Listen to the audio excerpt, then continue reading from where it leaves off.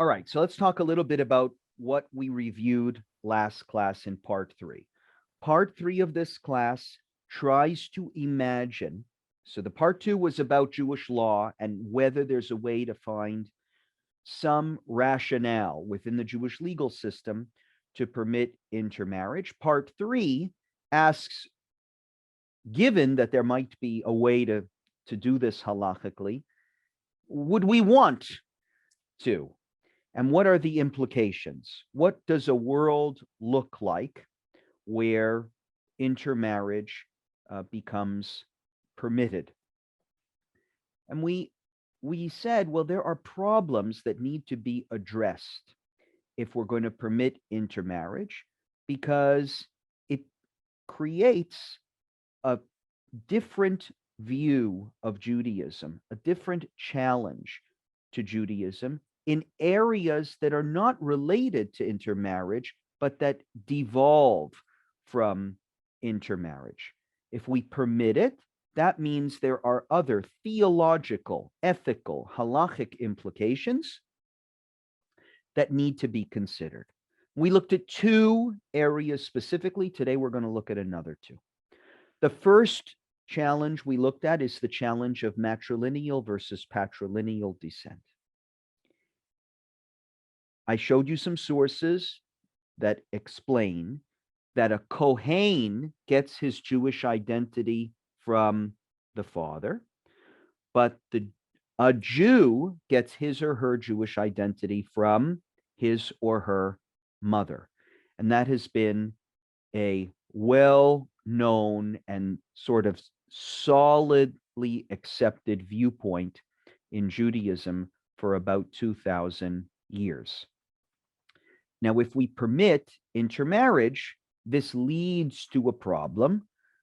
If I wanted to hold on to that matrilineal principle, what would the challenge be? That I would be doing marriages for people who are choosing to get married with a rabbi in the synagogue. But let's say a good chunk of them, those where the mother is not Jewish, their children would not be Jewish. So this is it seems sort of silly, which is why I posited that I don't think there are many people around, I haven't met anybody, who is in favor of intermarriage and not also in favor of changing the principle of matrilineal descent. That is, people who tend to want intermarriage also want patrilineal descent to enable someone to claim Jewish status. And that would be a major, major break within the Jewish people, because you'd have people that some segments of the Jewish community would accept as Jewish and other segments of the Jewish community would not accept as Jewish. And what I was playing out with you all is a thought experiment. Even in a synagogue or in a community that did not accept intermarriage, but many of those communities today say, we don't accept intermarriage, but we're welcoming to interfaith families. This same issue becomes a concern, because we say we're welcoming to interfaith families, but this interfaith family has Jewish children and this interfaith family doesn't have Jewish children. In other words, it doesn't seem like you're so welcoming to an interfaith family when you tell the interfaith family that if your mother isn't Jewish, your children are not Jewish. I couldn't think of anything more unwelcoming than that. And so thinking about that and playing it out, what ends up happening is synagogue like ours, we sort of encourage at a very young age, the family, we say, okay, if you're an interfaith family, let's convert the children if their mother is not Jewish. That's the wiggle room that we find to get around this issue in a congregation like ours that wants to be welcoming to interfaith families, but insists on matrilineal descent. But I would be lying if I told you that I didn't find that wiggle room very uncomfortable. It's a very uncomfortable place to be. Conversion is not supposed to be a mechanical tool used to make people feel welcome. Conversion is supposed to come from a desire on the part of either the person who wants to convert or their parents to raise their child as Jewish. And I don't really know any rabbi also who feels comfortable doing the conversions of minors when one of the parents doesn't want to be Jewish. I mean, there's something just in that whole scene that's not right. And we're doing it because we find this, we find room in Jewish law to do it. And who wants to turn people away? But it's uncomfortable. Are you all with me? So that's number one, matrilineal descent. Number two, the second thing we looked at, the second challenge, is what I called theological and religious supremacy. One of the ways that we might be able to embrace intermarriage is by saying to people that Judaism now is not going to be something that you are born with, but something that you choose of your own free will. And what we're going to do is start knocking on people's doors and selling Judaism to people and promote Judaism in the public arena. And there are definitely some sources that envision a world where everybody comes together and worships God. But there are other sources, and the famous one that I showed you last week, remember Hillel turning away the convert and saying, come on, you don't want to be Jewish. There are other sources that suggest that Judaism is not a religion that ever saw itself as being better than other religions in the world, such that we would want others to convert in order somehow to achieve salvation, whether that's a spiritual salvation or a real, metaphysical salvation. And I reflected that there are very, very few Jews that I've ever met that would be comfortable with a Judaism like that. A Judaism that's knocking on people's doors and asking people to convert and selling Judaism in the marketplace. But maybe there are a few people who say, no, we should be doing a better job at promoting Judaism and encouraging people to choose Judaism on their own. I don't know. Not the Jews I meet. The Jews I meet tend to be actually very pleased by Judaism's view that life is about being a good person. All right. And I showed you the sources last week that make that clear in the Talmud. Whether you're Jewish or Muslim or Hindu or whatever, Jewish sources say, you want your share in the world to come? Be a good person. You don't have to be Jewish. Well, maybe we should change that and instead say, no, we changed the rules. Now you have to be Jewish in order to be saved. And in that sense, devolve the idea that a person is Jewish by birth. And instead, when a couple comes to me and they're an interfaith couple, I start selling them on Judaism. And the second one of them says, yeah, I'll do it. Great. No intermarriage anymore. Now it's a Jewish marriage. All right, so now I'm going to share my screen with you, and we're going to do the third way that we could envision a world where intermarriage is accepted.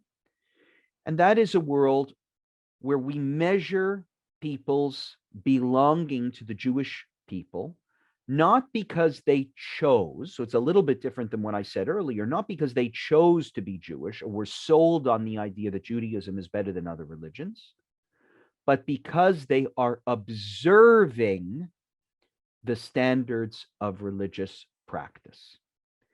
And what we say is, A Jewish person is a person who is observant. And anyone who is not observant is no longer Jewish. Now, as crazy as that sounds to many of you, it's not so crazy in Jewish history.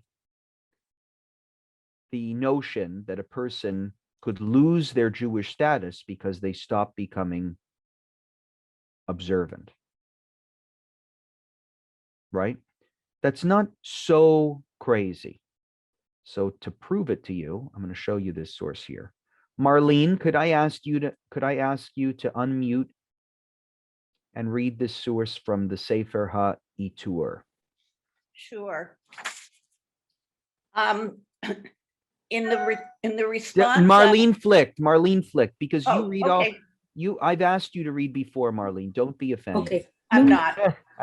Okay, where do you want me to start, Rabbi? In the responsa. Do you see that? Okay. I'll make it a bit larger for you. Thank you. In the responsa of earlier authorities, we find that one who violates Shabbat is no longer Israel, for it says, between me and Israel. Where does it say between me and Israel? Anyone know this? We sing it on Shabbat. Beini uvein bnei Yisrael oti leolam. That's part of the Kiddush on Shabbat morning. V'shamru bnei Yisrael tashabat lasot tashabat. Between me and Israel, it is the covenant. Shabbat is the covenant. Therefore, what the Itur is saying, okay, if you don't keep Shabbat anymore, maybe you're not Israel anymore. Keep going, Marlene. Anyone who keeps Shabbat is called Israel. And the Baraita says that one does not accept sacrifices from an apostate who is an idolater or who violates Shabbat in public. So actually, I reviewed that source with you a few years ago when we were learning about boundaries in Judaism. There is a Baraita, which means an early rabbinic source, that says not to accept sacrifices from somebody who is Jewish, but of problematic theological practice, an idolater or violates Shabbat in public. Okay, keep going, Marlene. Therefore, one who violates Shabbat in public is a Gentile and is incapable of effecting Kiddushin. Now look at that last word. If you violate Shabbat in public, you are not Jewish and you are incapable of effecting Kiddushin. In other words, you can't get married to another Jew. This is Sefer HaItur, Marseille, 12th century, Rabbi Yitzchak ben Abba Mari. Now, some of you are looking at this source going, whoa.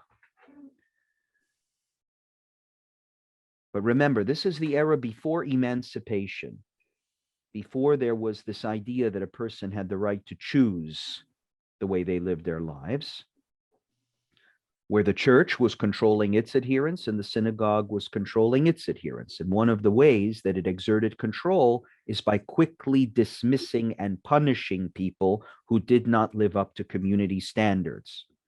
You can watch any of the latest shows on the Amish to get a sense of what life was like, because the Amish are famous for doing this too. If you don't live up to community standards, you cannot live as part of the community. You are excommunicated. You cannot marry into the community. You are sent off. It's one of the ways that the rabbis exerted control over the community. It's, boy, have things changed. Now the community exerts control over the rabbi. You're getting back at us. But for many, many centuries, this was a very, very strict rule. You were not able to effect Kiddushin. It is even unclear whether you would be allowed to be buried in a Jewish cemetery. So imagine if I say, listen, I've got a great solution to the intermarriage problem. We're going to revive the theology of Sefer HaItur. If you don't observe Shabbat in public anymore, you are hereby a Gentile. Great, the intermarriage problem is solved. Anyone who's not a Sabbath observer is allowed to marry a Gentile. Now, a rabbi won't do the wedding, but it's still a legitimate wedding. And we will insist that if you do want a Jewish wedding, you need to be fully observant, which obviously would devolve upon both partners. Let's look at one more source here that speaks about defining someone's belonging in a community by their observance and the way they live their lives. Ruth, would you be able to read this next source? Are you able to unmute, Ruth? Okay. Okay, let me share my screen with you. Go ahead. This is from the Beit Yosef. That means the Code of Jewish Law. It is clearly correct. It is clearly correct that a woman is bound to an apostate levir, even if he betrothed her after apostatizing. Okay, so a lot of big, complicated words there. Let me explain the situation. Thank you, Ruth. Here's what is clearly correct. That a woman is bound to an apostate lever. So what situation are we talking about? Who's the lever? So a woman gets married, her husband dies tragically before they have any children. What happens according to the biblical law? If he has a younger brother, she is supposed to then marry the brother, the unmarried brother. Actually, it's unclear whether it's unmarried or not, but later it's the unmarried brother, and build up his house through him, says the Bible. That's the lever, a levirate marriage. But what happens if this brother is an apostate?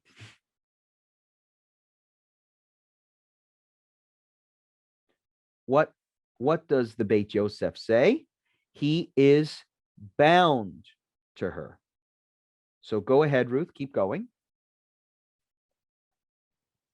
And all of his descendants, even for many generations, even if they remain apostates, as long as they have Jewish mothers, even if they are apostates, their kiddushin are valid, and their wives are bound to levirs. It is shocking how someone could think up this leniency. So what is he saying, the Beit Yosef? This seems like the complete countertext to what the Sefer HaItur just said. The Sefer HaItur before this said, you don't observe Shabbat, you're not Jewish anymore, and you can't get married. The Beit Yosef says, I don't care if the brother is an apostate. I don't care if his children are apostates. It's irrelevant. As long as you are Jewish by status, then you are, as long as you have Jewish mothers, you are allowed to get married. Your Kiddushin is valid. You are fully Jewish. Nobody cares about your religious practice, says the Beit Yosef. Go ahead, Ruth. I am not shocked at Rabbi Yehudai Gaon, in whose name Beit Yosef received a tradition regarding a permissive approach. So he says, look, Rabbi, I heard that Rabbi Yehudai Gaon was permissive in this matter. What does he mean when he says permissive? He means that Rabbi Yehudai Gaon said, you don't have to marry the brother. The brother goes to church. You don't have to marry him.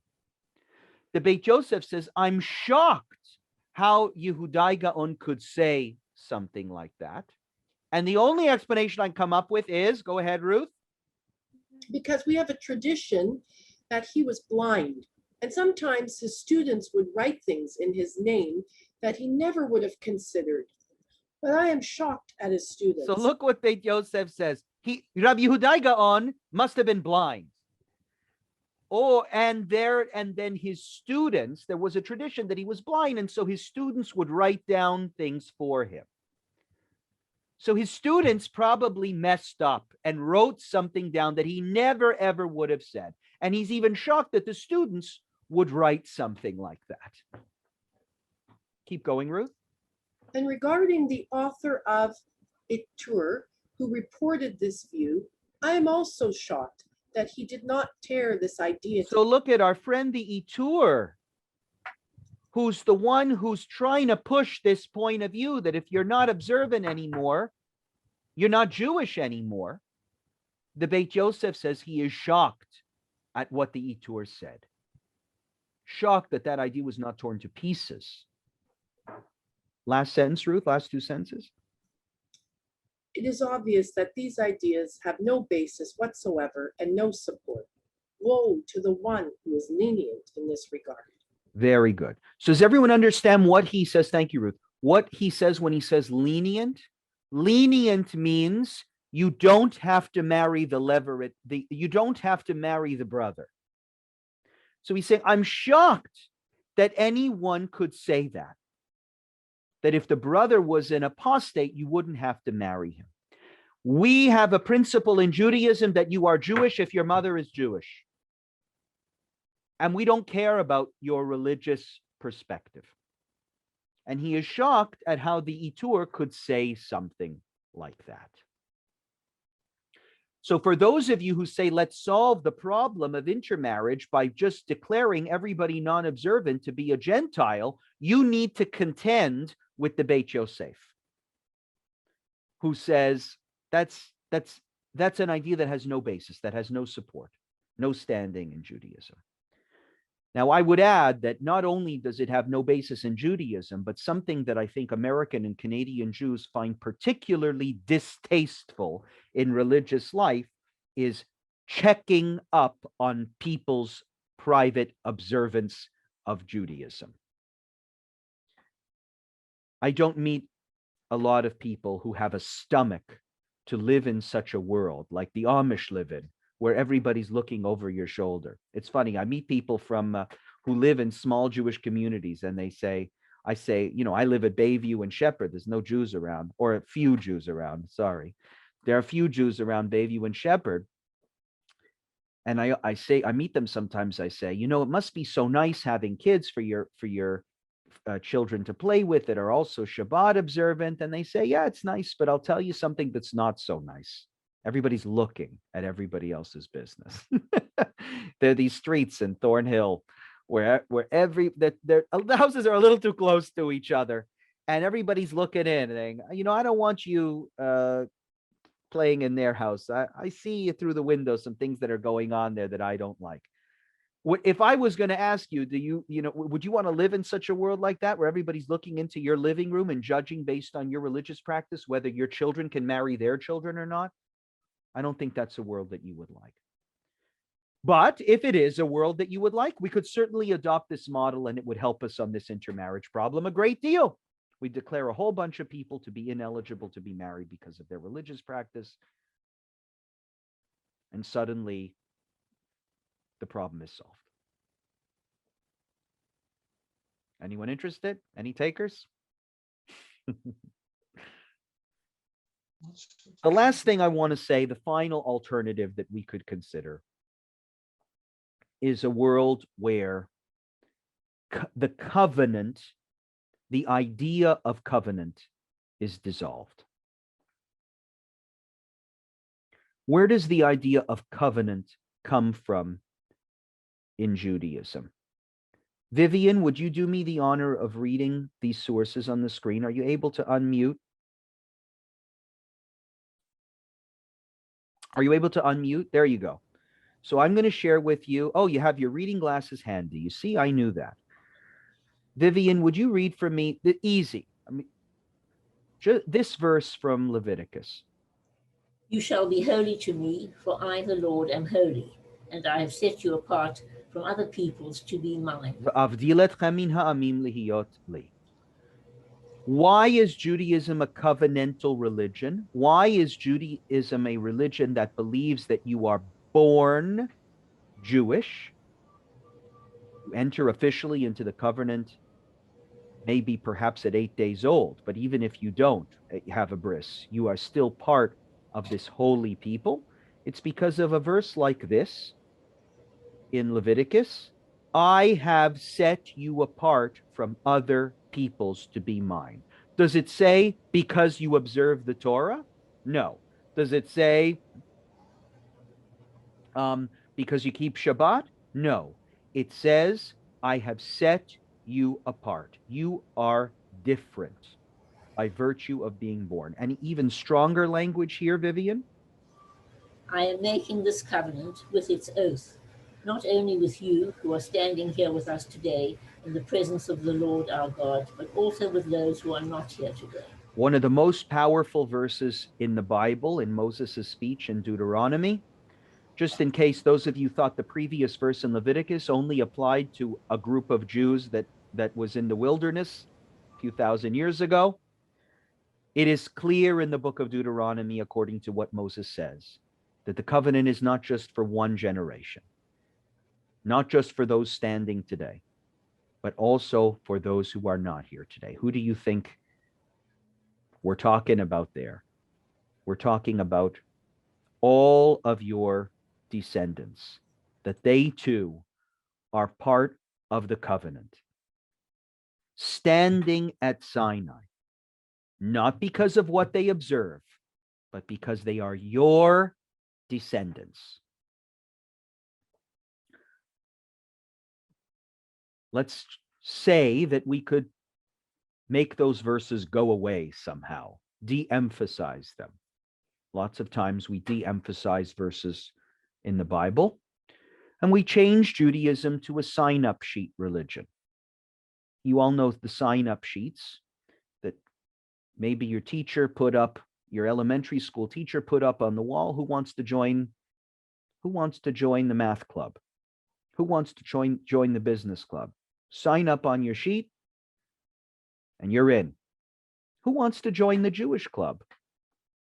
No more covenant. Just sign your name up. You choose whether you want to be part of it. No demands fall on anybody from birth. Judaism is not superior to the math club or the business club. Pick your favorite and you sign up on the list. It's a viable model. It can work. Very much related to the Christian model. But as you saw from these verses, and this is just the tip of the iceberg of verses that I could show you, but sometimes I show you these mammoth verses and I hope it's sufficient to prove my point.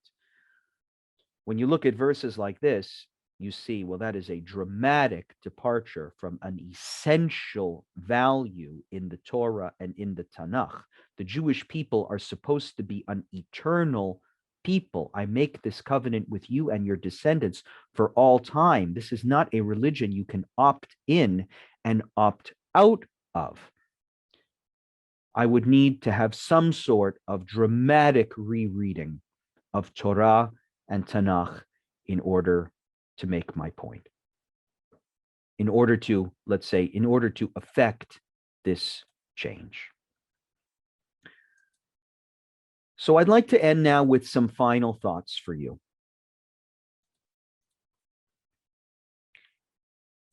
As I hope I've shown in this third series, I think that in this third part of the series, I think that it is impossible and incoherent to embrace and normalize intermarriage if you, number one, believe in the eternity of the Jewish people.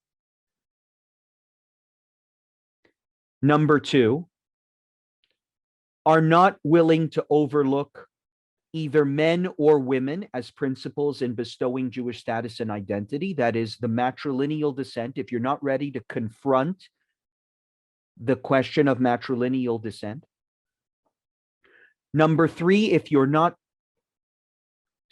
theologically supremacist, in other words, you don't believe that Judaism is better than all the other religions that are out there, and you're willing to knock on doors to sell it to others. Number 4, if you don't want to define Jewishness based on observing certain standards of practice, if that's not something you're interested in doing, like the Itur does.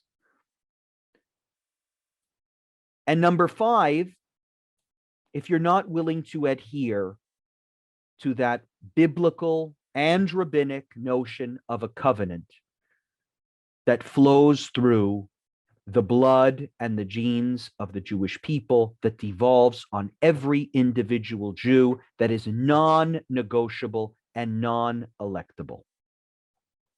If any of those, I think 5 things, if any of those fail for you and you're willing to negotiate in any of those models, there might actually be some models that could play out in the world in a real way. Would be a break from tradition, but there's a way there to embrace intermarriage. But you have to be able to negotiate on at least one of those 5 things. And in that sense, I think particularly in regard to this last point of covenant, brit in Hebrew, of covenant, the debate about intermarriage, I want to suggest, and I've suggested it before, is not really about intermarriage at all. Folks, this is a debate about autonomy. My rights as a person to choose the life I want to live and marry who I want to marry. This is about syncretism. It is about the question of whether Judaism is a covenant that calls us and contains us, or whether it is a rich array of practices from which I can select what I want, a rich array of practices that I can find meaning in and which I can draw. It's whether Jewishness should primarily be understood as an embodied covenant, or whether Judaism should be engaged in as one of the world's great civilizations. When you ask real people, particularly young people, which of those 2 models makes sense for them, I wouldn't be surprised if you heard from most of them that it is the second model that they really embrace. Because we live in a world that tells you constantly you can choose whatever you want to be. You can buy whatever you want to buy. You can take from wherever you want to take from. This notion that you are born a particular way and cannot choose is a very difficult sell in 2021 North America. Somebody like me, who's a covenantalist, treats Judaism like a monogamous marriage. Think about that. Monogamous marriage. Why? Because in a marriage, exclusivity and a loss of independence, they're part of the package. And I think they're part of the package of holiness in Judaism that it endeavors to create in a marriage. You're married to this person and there's nobody else. From the moment you're under that chuppah, I mean, let's forget divorce for a second. From the moment you make that covenant under the chuppah, it's over. You can't choose somebody else the next day. And that's what makes a marriage holy. Just like that's what makes Judaism holy. Exclusivity. But there's another view of Judaism out there that sees Judaism not like a marriage and more like a deep and abiding friendship. Now, friends, some of us have friendships that are even closer and deeper than our relationships with a spouse. So I'm not degrading friendship, but what I'm telling you is friendships are very different than marriage. Marriages are exclusive. Friendships are never exclusive. And they're always subject to my agency. I can choose to end it any day I want. And I think it's actually a great metaphor for comparing what this debate really is about. It is not about intermarriage. It's where Judaism, it's the debate over whether Judaism is like a marriage. I am eternally married to Judaism, or a different point of view that sees marriage as a friendship, that sees my relationship to Judaism as a deep and abiding friendship. I take what I want from it, and I can choose to be more intense about it one day than I can the next day. If you're a covenantalist like me, you're gonna fundamentally think of Jewishness as something that you are, something that defines you. It is something inescapable. It is there by necessity. But if you're a civilizationist, let's call it, on the other hand, you will think of Judaism as a wonderful, incredible resource that you should share as generously as possible with as few boundaries as possible. In contemporary North America, it is impossible to embrace intermarriage if you are a covenantalist. Oh, God. And if you are a civilizationist, it is insane and probably bigoted not to. Let me say that again. In contemporary America, Rose, don't be, I'm just going to mute you because there's a bit of background noise, but I'll unmute you later. I want to make some time for conversation today, but let me just finish with these thoughts. If you're a covenantalist in contemporary America, it is impossible to embrace intermarriage. If you're a civilizationist, it is bigoted and insane not to. And that really is the dilemma. That is really at the root of what this is about. So the question that I end with is there hope? Can these two camps, covenantalists and civilizationists, can they work together in any way? Well, I hope so. But the truth is, I know I try and end hopefully, but I have doubts about this one. You know, in the past couple of centuries since the Enlightenment, the modern Jewish community, even religious Jewish communities, even Orthodox Jewish communities, have a great track record on inclusivity. We really do. I think for the most part, big synagogues like telling themselves, whether it's true or not true, that they are welcoming, that they try and make room for everybody. Think of Lubavitch, right? There's a very intense Jewish view, but at the same time, welcoming and accepting of everybody. And shuls have tried and strove to make room for all sorts of people in our shuls, actually, especially the ones who may not believe in the principles that they stand for. If I asked the people in my conservative shul if they really believed in the principles of conservative Judaism, I don't know what I'd get as a response. And I'd be happy that some people were coming to shul, even if they didn't buy into the party line, because at least they're here, at least they're part of the community. We don't drive out those who desecrate the Shabbat in public anymore. We used to do that. You saw it in the Sefer HaItur. We don't do that anymore. Now you don't observe Shabbat, even in a Chabad. We don't care. Come, be a part of our community. So I think a lot of people look at this debate over intermarriage and covenantalists versus civilizationists, and they say, look, we've figured it out before in Judaism. The more observant and the less observant have always figured out a way to work together and maintain Jewish community. And all this talk about intermarriage is really just hysteria. It's rooted in a fear of survival that leads people to act crazy.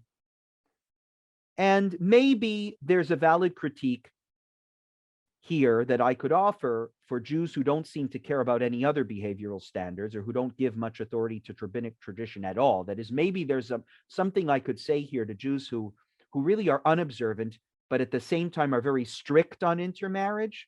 So I know a lot of people who don't like that. There's something that doesn't resonate there. Well, if you don't care about anything else about Judaism, but the only message you give your kids is don't intermarry, there's a valid critique there. I mean, come on.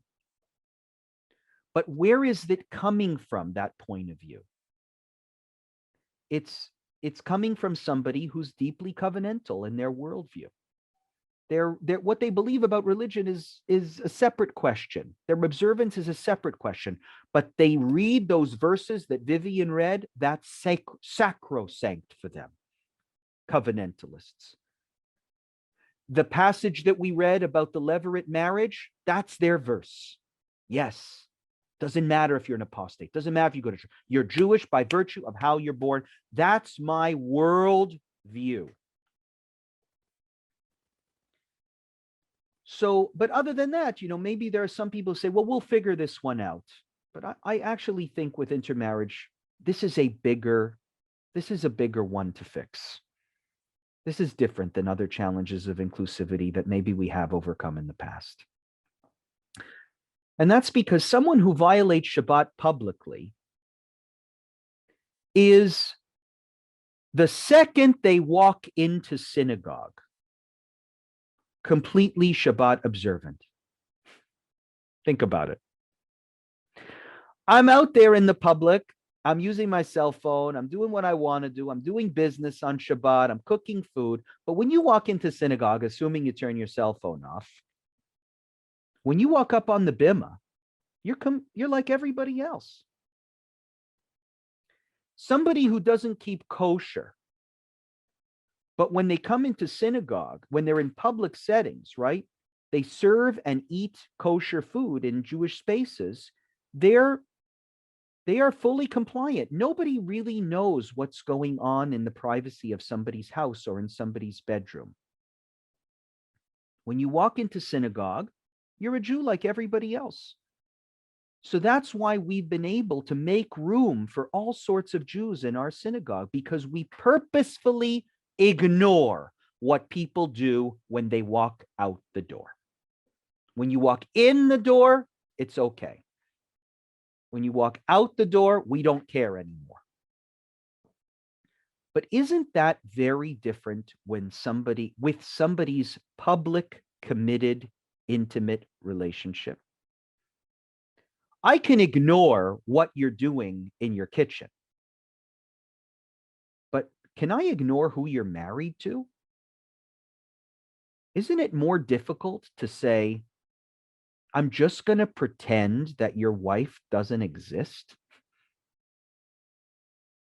Public committed relationships are continuous states of being. You can't say out of sight, out of mind, which has enabled traditional communities to be inclusive, even if a person rejects mitzvot or interprets the Torah in a fundamentally oppositional way. Those strategies just don't apply. And friends, that's what I think makes compromise here very difficult, if not impossible. If you violate the rabbinic and biblical laws of Shabbat, it is not a permanent state of being. So therefore, I'm happy to accommodate you as long as you respect the rules when you walk into my place, when you walk into my shul. You can be a part of the community, even if you think the rules are stupid. As long as you're willing to observe them when you walk into shul and turn off your cell phone, then I'm okay with it. But your non-Jewish partner next to you is like a cell phone that is going on over and over and over and over again on Shabbat.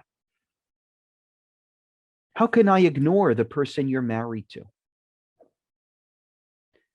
Some things are part-time, but who you're married to is permanent. And somebody who's deeply traditional is able to say some narrative about somebody based on the kashrut that they keep at home or the Shabbat that they observe at home. You can tell yourself some narrative about it, but it's much harder to do that when it comes to somebody's partner in life. Marriage is rightly understood to be a state of being, and people are generally unwilling to act as if they are permanently ashamed about their states of being, particularly states of being like marriage that are generally celebrated and serve as moments to build and sustain community. It is a very hard thing to tell somebody, you're welcome at our shul, but you need to deal with once in a while the rabbi saying officially from the pulpit that he thinks your marriage is a violation of Jewish law. That is, that the guy you are sitting next to or the girl you are sitting next to right now is a sin.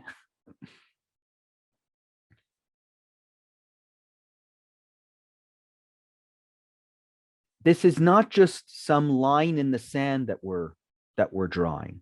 This is about people's fundamental states of being in life that we need to make a decision on, whether it's okay or not okay. And for me, that's why I think this challenge is a bit more difficult than the old ones that we find ways to overcome. Violating Shabbat is very different than permanently marrying someone of a different religion. One is something that happens in a moment of time and can change at any time. One is a permanent, the other is a permanent state of being that is at the essence of who I am. And if I deeply believe that this is a covenantal religion, then there is no way to reconcile that. I'm sorry to end this on a bit of a downer note, but this is a brave new world that we're living in. And we should remember, I think, that these conversations are much richer when there is less demography and more substance. That's where I started at, and that's where I want to conclude with. When there is less fear and less principled discussion, less case study, less thinking of this issue as my child, my grandson. I just want him to be happy. Well, who doesn't?